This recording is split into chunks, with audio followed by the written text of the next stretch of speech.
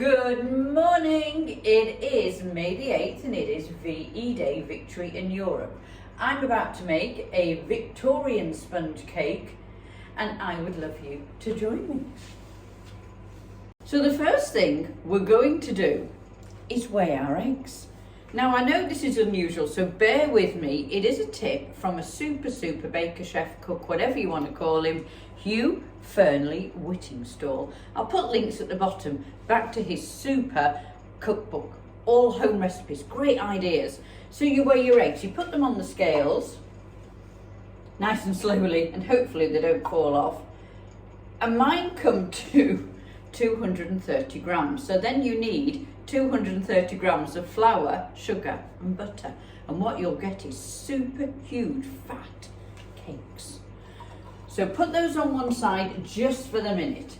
The next job is to weigh obviously everything out, which I've already done.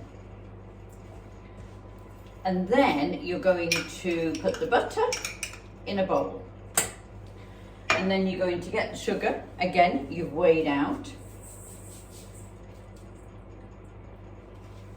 It's always easier to weigh everything at the beginning and then you know where you are. And then all you're going to do is cream, mixing in the butter and the sugar. And this will take a little while. Beaten eggs and sugar. And when it is all beaten up together, you then do the next tricky job. 1 egg at a time. Add it in, beat it. Next egg, add it in, beat it. Take your time. You don't want to curdle the mixture at this point.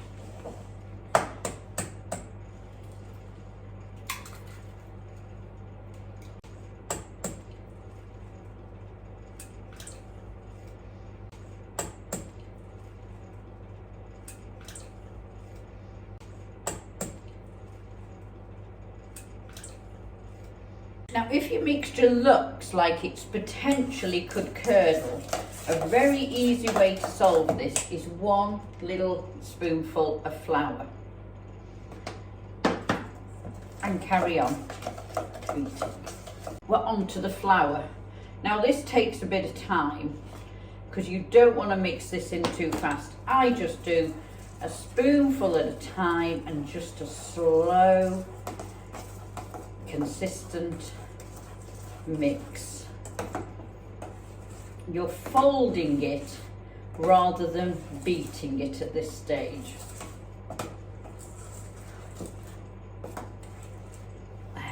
Once you've got the first little bit in, you can add the rest, but it's just getting the first flour.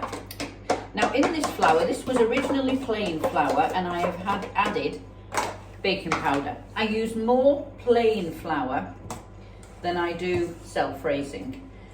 So to me, it seems pointless to have 2 lots of flours in when I use one more than the other. So just baking powder, and you just add a teaspoon. Now that's looking better. So we're just adding about a hair just there. That's better. Just didn't want it to go in my cake.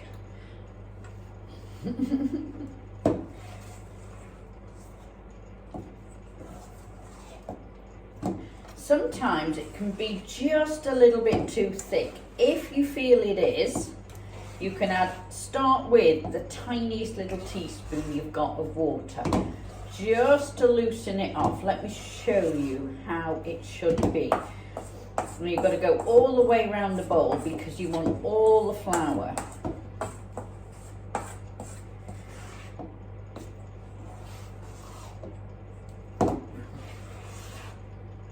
Right, that is the consistency you want it to be. Let me get a spoonful and tip the spoon up. Just give the spoon a gentle lick. Perfect. So just give it a little more. And this is the most difficult bit I get past. I've just got to.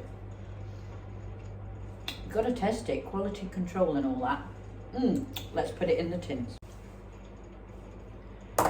So I've started with one tin, not quite full.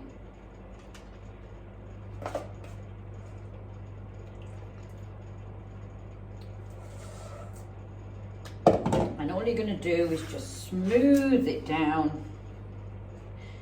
Now these are brand new baking tins. Slightly smaller than I normally use, so any leftover mixture, I don't think there will be. I was hoping there might have been, and I could have made a couple of little sponge, or 4 or 5 little sponge cakes to put in the freezer, little mini muffin cakes. So what I tend to do at this stage, I weigh my cakes when all the mixture is in the tins, because I do like them to be similar size, if at all possible. You'll smooth them down at the end, so don't worry. So get your scales. That comes to 528 grams.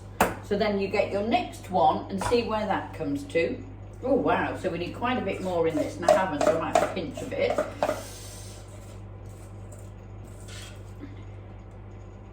Leave it on the scales, then you can just add as you go.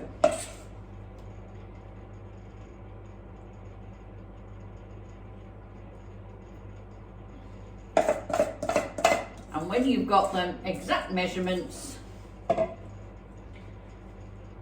more or less, give or take, then you get a little knife, and all you're going to do is try and get it as flat as possible. It's either a knife or a spoon, depending. I don't think these tins are wide enough. Right, yours looking good. There we are. Right, so there we have it. Now they're going to go in the oven for around 25 to 30 minutes on.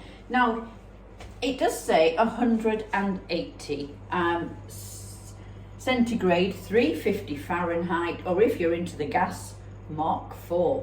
Put them in, let's see what happens. Woo!